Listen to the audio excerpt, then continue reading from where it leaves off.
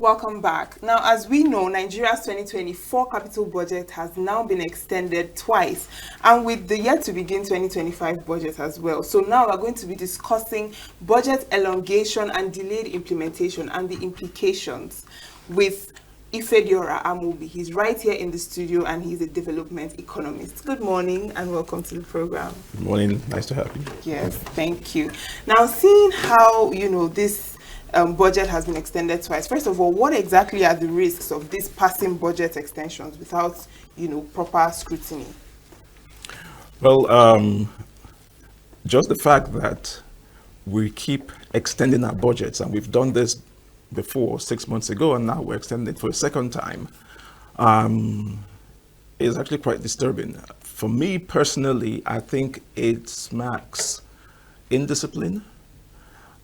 It shows that we don't prepare our budgets very, very well, or we don't do enough to ensure that the budgets are done, because you can't budget for what you don't have. Budgets are projects based on expected revenue.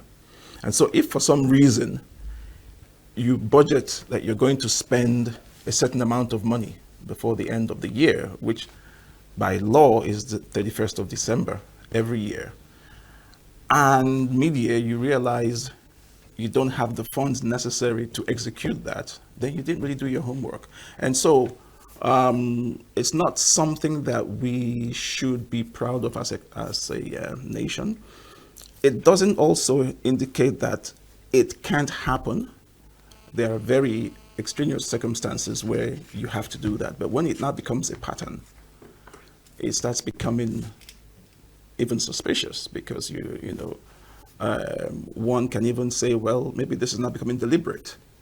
And so it's not a pattern that we want to get used to and something that we want to see going forward. Yeah, but seeing as now we're running on both the 2024 and 2025 budgets at the same time, so what would you say are the complications that may arise from this, seeing that we are operating on two capital budgets concurrently? Well, the first would be accountability, because now you have, and it's not just only two budgets concurrently, we also have a supplementary budget that has been approved from last year, which is also running. So now we have three budgets, and there's no guarantee that by the end of this year, we will still complete this second extension. So we're going to run into 2026 and start that year on the 1st of January. And so we're going to have, budgets stacked up, year after year. And so accountability, transparency, all those things will not become an issue. That will be the first implication, is that this is what's going to happen. Secondly, we're going to have,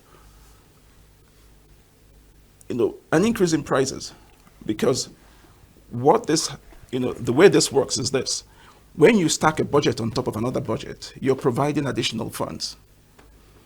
And so you're releasing capital funding for this extension on top of what you've already released for the normal 2025 budget. This additional capital is an increase in money supply, which has inflationary effects. So the more we do it, the more we see prices go up, and it's not good for the general public.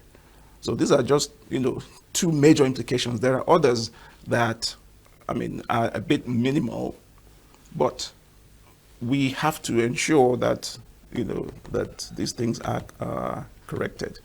And the argument that came up yesterday on the floor was that, yes, we have removed subsidies, etc. So we can't say that we don't have money saved to complete these projects. So what exactly is the reason for it? But they are saying that the extension, is to prevent a situation of having abandoned projects. So does rolling over the budget implementation, do you think it will ensure better completion of the project, since that's one of the reasons for their extension? It will, because if you have projects that have not been completed towards the end of the budget cycle and you extend, you give more time to complete that project. However, like I said before, more time comes with more money. More money comes with its own implications. And then, of course, prices go up, etc. And so when we're planning our budgets, we have to plan it such that what we can complete within the budget year, January 1st to December 31st, is what we should plan. I cannot plan to build a 12-story building when I have money for a 4-story building. So we can excuse that for specific projects. Okay. But not for the whole country's capital budget. Yeah, so basically you're saying that there should be a reduction in what is being planned, in our plans that the government has. Yes, okay. we have to reduce our expectations. It's not a chest-beating exercise.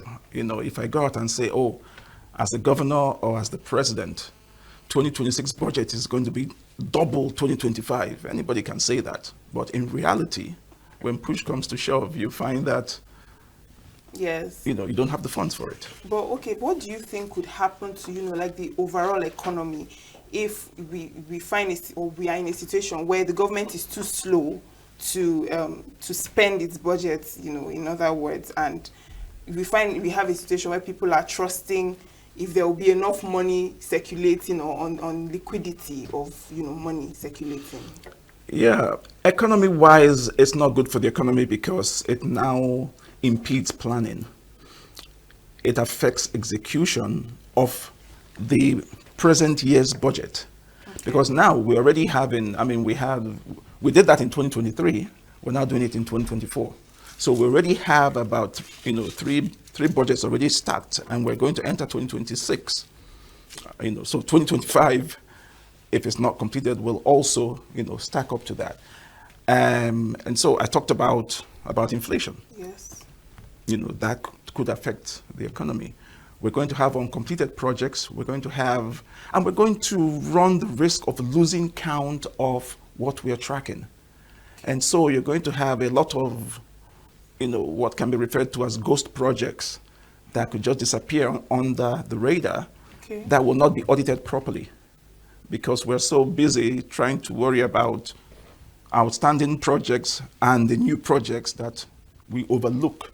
So oversight will be compromised, to a large degree. But do you think that, current treasury system, excuse me, do you think that current treasury systems are also part of the factors that are, reducing the spending and when it comes to the budget? Now, when you say current treasury systems, are you talking about the fiscal or monetary? The fiscal. The fiscal policy side of it. Yes. Yes, it does, because it is project driven and it impacts government spending. And so capital expenditure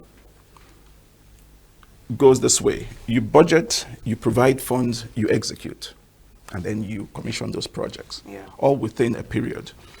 If there's a project that runs or that will run more than 1 year, then you budget for half of the project cycle for that year, and then next year you complete it. That way you know that what you have budgeted is spent on that particular, phase of the project this year. And so, yes, there will be, economy-wide implications if we don't do it right. All right, and now seeing our oil production and our revenues still remain below the target as it is. So how would you say that this is also affecting when it comes to capital expenditure planning?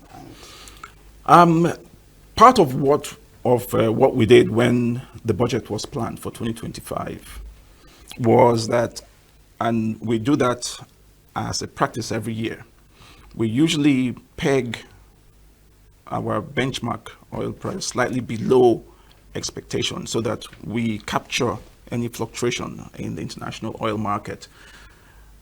And so, that has been done.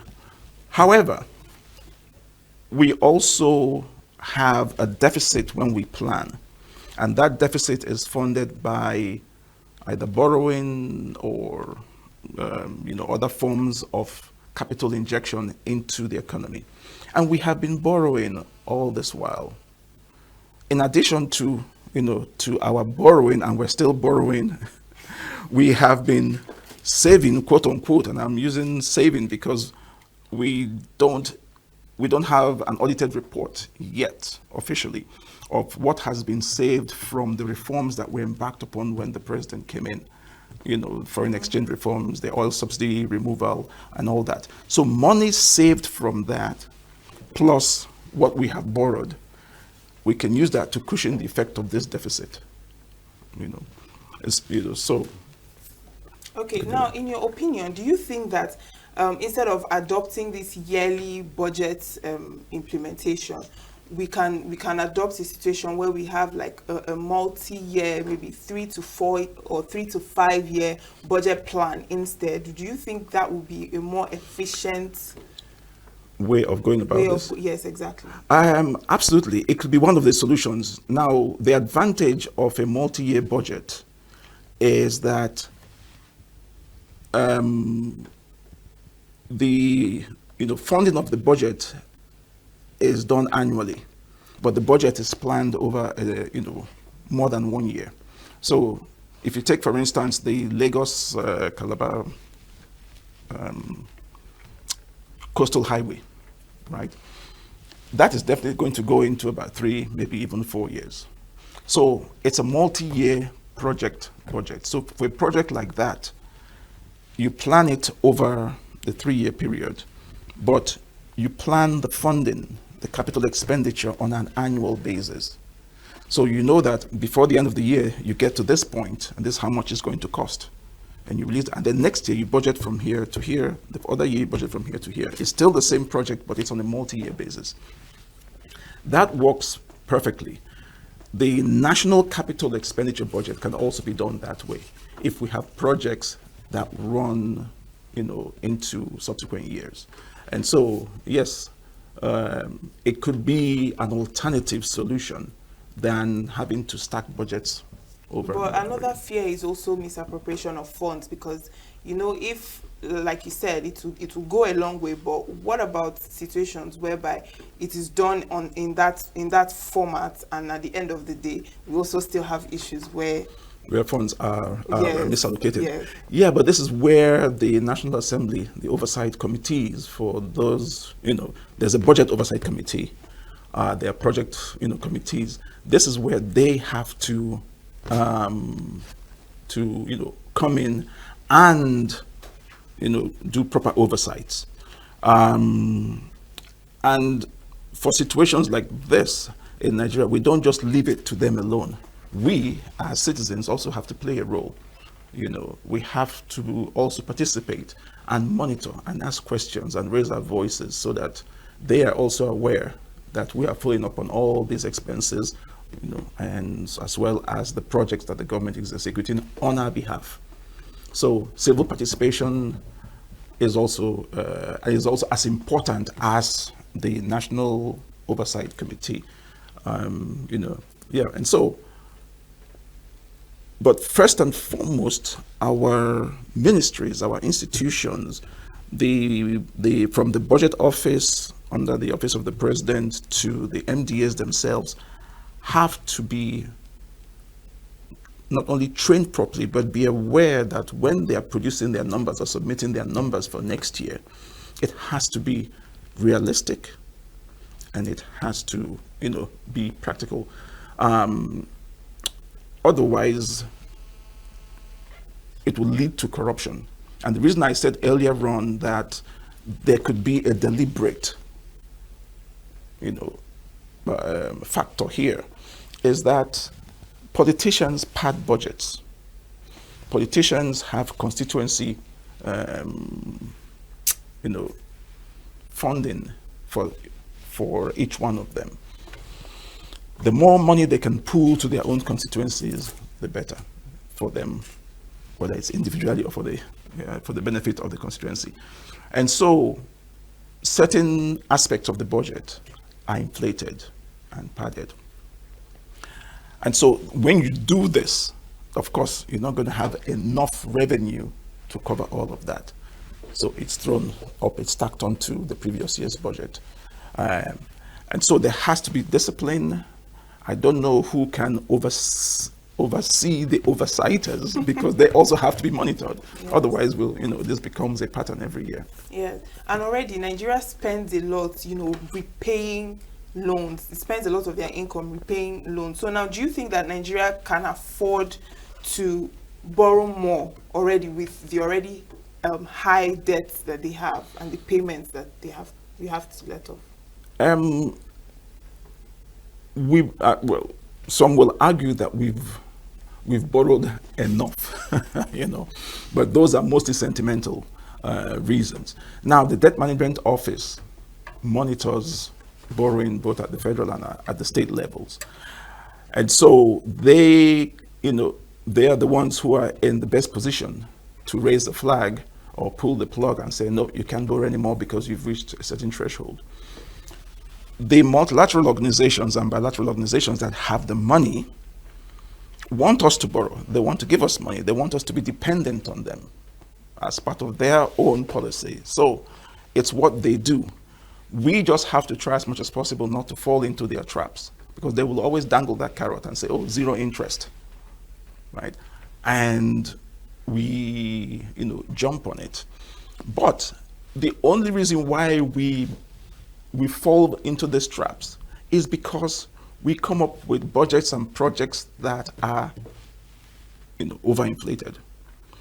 And so, a government that comes in for 4 years and has another chance, constitutional-wise, to do another 4 years, can plan properly and not over-exceed. We don't have to take every penny that is dropped in front of us.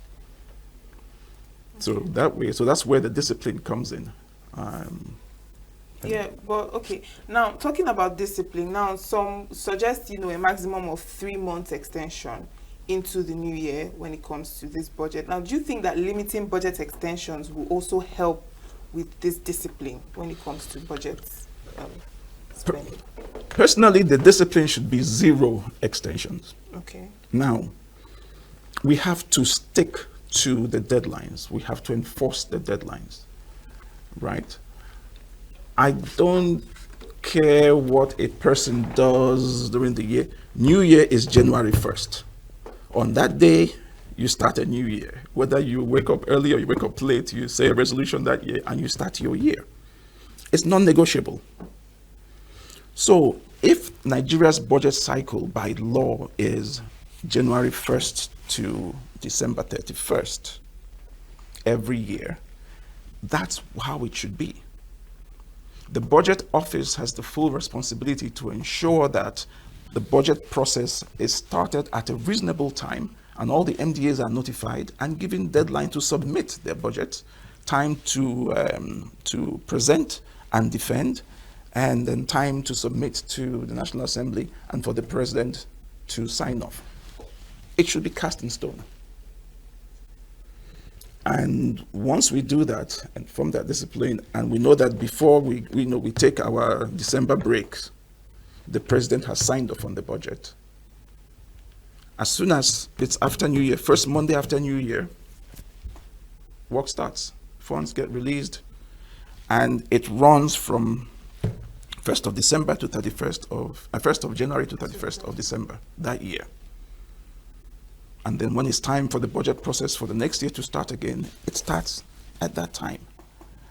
See, once you start giving these rooms for whether it's 1 week, 1 month, 1 day, 6 months, before you know it, we're going to have 10 years budgets all stacked up. Yeah, and it breeds corruption. Yes. So would you say that the lawmakers are not actually asking enough questions to the point where, the government is actually held accountable enough to stick to that time frame? Well, the lawmakers are government and government are Yes. the lawmakers. So if they already have an ulterior motive and they're just doing this deliberately to delay the budget so that they can, they have time to, to pad their own projects, etc., then, there's really nothing you can do. However, institutions like ICPC, like the various anti-corruption agencies in Nigeria, there's so many, even the EFCC, can be part of this investigating why these things are going on. and nip it in the bud. All right, but what about the citizens as well? Is there? Do you think there is anything much that we can do as a people to also hold them accountable enough to sit up and stick to the time? Absolutely, they represent us.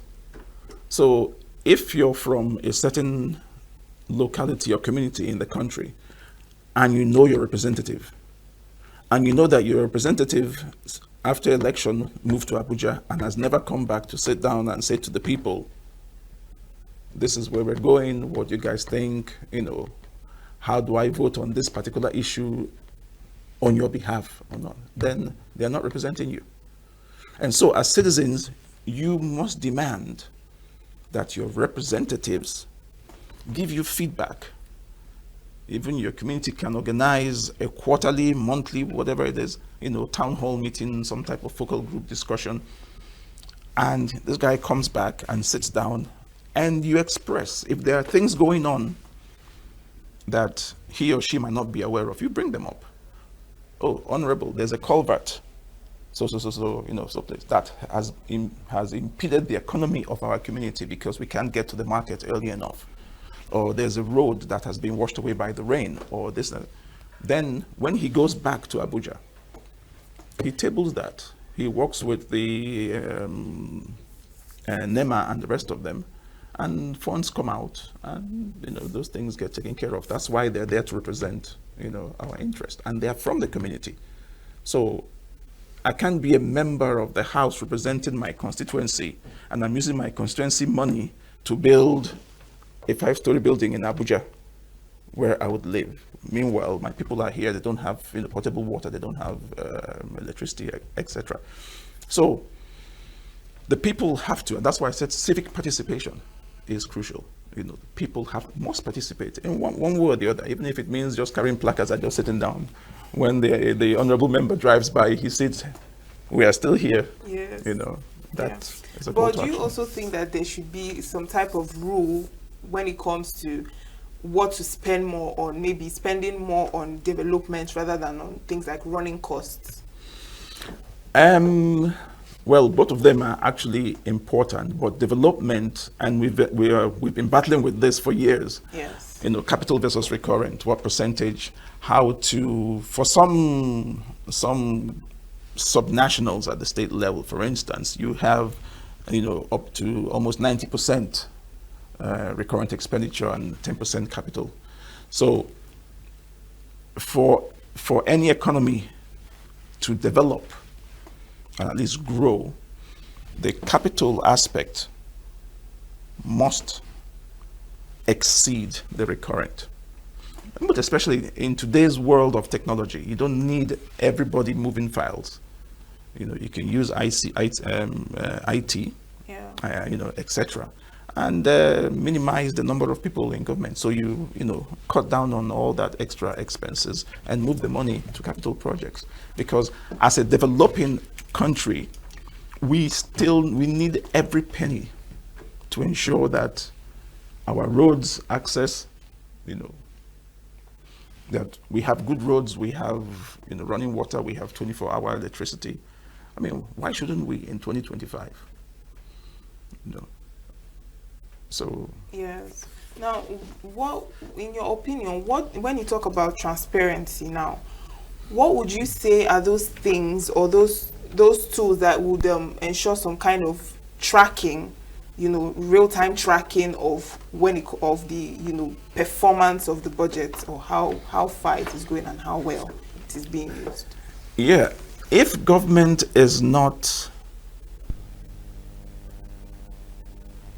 digitalized, if we don't have like an e-government, if the various processes within government are not digitalized, then we wouldn't be able to do that. And that's why bringing technology into government is very, very important. The whole e-government structure and e-government budget and e-government implementation is to ensure that all these things are done smoothly, both tracking, preparation, execution, auditing, etc., are done, and reporting. And so without, we must invest in technology to ensure that we are able to do this effectively. Yes. And do you think that, with these repeated extensions of the budget, do you think it reflects or it will affect the way, other investors or like international investors, World Bank and those that we collect loans from and those that want to invest with us? Do you think it will affect, how they see our fiscal system? Oh, absolutely. Absolutely. First of all, they're going to say we're not serious. Because an investor brings in money and expects to make a certain return on their investment over a short period of time. If we can't manage our own national capital budget and we keep stacking it up year after year after year, it just tells the investor that, hey, if I put this money in here, it's not going to come out by the end of the year, because the government itself can't even manage its own capital investment. Yeah. What about me? Yeah. So yes, it will have negative effects. So the sooner we're able to get rid of this extension, that's why I said zero extension for me is the ideal thing. That way, an investor coming in, whether it is private or domestic, will say, yes, this is a serious government, and I can bring in my money. All right. Thank you so much, Ifediora Amobi, for your time in this conversation. Thank you. Signature TV. News in your pocket.